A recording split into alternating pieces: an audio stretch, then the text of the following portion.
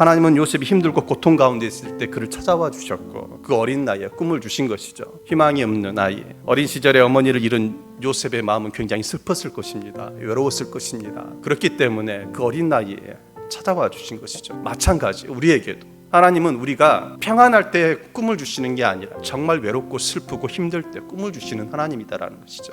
그래서 하나님의 방식은 기가 막히다라는 것이죠. 우리가 측량할 수 없는 방식, 우리가 감히 상상할 수 없는 방식으로 우리에게 다가와 주시고 꿈을 주시는 것이죠. 최악의 상황에서 최상의 은혜를 부어주시는, 그 과정에는 지긋지긋한 종살이도 있었고요, 감옥 생활도 있었습니다. 하지만 하나님께서는 모든 것들을 선으로 바꾸어 주셨습니다. 그래서 창세기 50장 20절에서 이런 고백을 하잖아요. 당신들은 나를 헤아리 하였으나 하나님은 그것을 선으로 바꾸사 만민의 생명을 구원하게 하시려 하셨나니, 생명을 구원하시기 위해서 악을 선으로 바꿔주셨다라는 것이죠. 여러분, 저는 이 요셉의 이야기를 들으면서 이런 생각을 합니다. 야, 미움받지 않았으면 어찌 되었을까? 미움받는 것도 은혜구나. 떠나게 하잖아요. 미움을 받아서 그 미움이 극에 차니까 애굽으로 종살이로 팔아버립니다. 또 보디발 아내에게 모함을 받게 되죠. 야, 모함 받는 것도 은혜구나. 그러므로 인해서 어디로 갑니까? 감옥으로 가게 되죠. 또 감옥살이도 은혜다. 왜냐하면요, 감옥살이를 안 했으면 수많은 관원장을 일개 평민이 어떻게 만나겠어요? 우리가 생각하기에는 이 모든 과정이 정말 끔찍하고요, 지옥 같은 과정이지만은 그 과정들을 통해서 하나님께서는 그분의 뜻을 이루어가고 꿈을 실현해 갔다라는 사실이죠. 꿈은 누가 꾸고 우리가 꾸고, 시련은 누가 해주셨어요? 하나님께서 해주셨다라는 사실입니다. 하지만 그 과정에는 뭐가 있었습니까? 결코 아무렇게나 살지 않았다라는 거, 요셉이.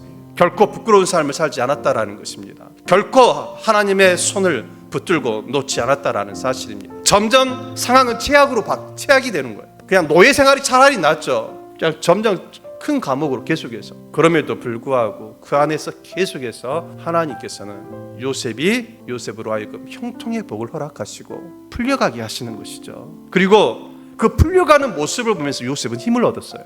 우리 믿는 사람에게 있어서 힘은 뭐냐면요, 내 기도가 응답될 때가 힘이에요. 하나님께서 나에게 뭔가를 응답해 주실 때 그게 나에게 힘이 돼요. 그래서 기독교는 체험의 종교라고 하는 이유가 그겁니다. 그런 영적인 체험들을 통해서 힘을 얻어야 되는데 이런 경험이 하나도 없다면 계속 힘만 빠져나가는, 다람쥐 쳇바퀴 같은 인생, 변화무쌍한 인생이 아니라 2차원적인 단면적인 인생을 살게 되는 것이죠. 입체적인 인생이 아니라 지쳐버리죠. 그렇습니다. 우리가 살아가다 보면 때로는 미움을 받을 때도 있고 모함을 받을 때도 있고 감옥에 갇힐 때도 있고 힘들 때가 많습니다. 그러나 그 모든 것이 하나님의 사랑이며 섭리라는 것을 우리는 나중에 깨닫게 됩니다. 너무 힘들어하고 괴로워하지 마시길 바랍니다. 우리에게는 살아야 할 내일이 있습니다. 시련 너머에는 우리가 받게 될 축복과 영광이 있습니다. 그것을 바라보면서 믿음으로 인내하고 앞으로 향해서 나아갈 수 있는 여러분 되시길 주의 이름으로 축원드립니다. 요셉은 많은 시련을 겪었습니다. 그러나 그에게는 하나님이 주신 꿈이 있었기에 그는 자신의 삶을 쉽게 포기하지 않았습니다. 세상을 되는 대로 살아가는 사람들과 엉망진창으로 살아가는 사람들이 왜 그런지 아십니까? 너무 쉽게 포기하기 때문에 그렇습니다. 하나님이 나를 포기하지 아니하시는데 우리 스스로가 삶을 포기하는 사람들이 너무 많다는 것이죠. 정신적인 부분들도 마찬가지입니다. 예수 믿는 사람들이라고 해서 다 완벽하지 않잖아요. 막 팍팍팍 무너집니다. 왜 그럽니까? 쉽게 포기하기 때문에 그렇습니다. 쉽게 무너져버리는 이유는 쉽게 우리 자신이 너무나 약하기 때문에 그렇습니다. 요셉처럼 이 끔찍한 경험들을 하면서도 이것을 이겨낼 수 있는 힘을 하나님께 우리가 구하고 나아가야 되는 이유가 거기에 있는 것이죠. 여러분, 포기하지 않으시면 하나님께서 응답하십니다. 포기하지 않으시면 응답 받을 때까지 기도하라는 말이 그런 말이죠. 우리가 살아가다 보면 우리 인생에 이런저런 줄들이 끊어질 때가 있습니다. 근데 여러분 아셔야 될 것은요, 끊어질 것이다라는 것을 알아야 된다라는 사실입니다. 7개의 기타 줄이 있다면 10개를 삽니다. 14개를 살 때도 있고요.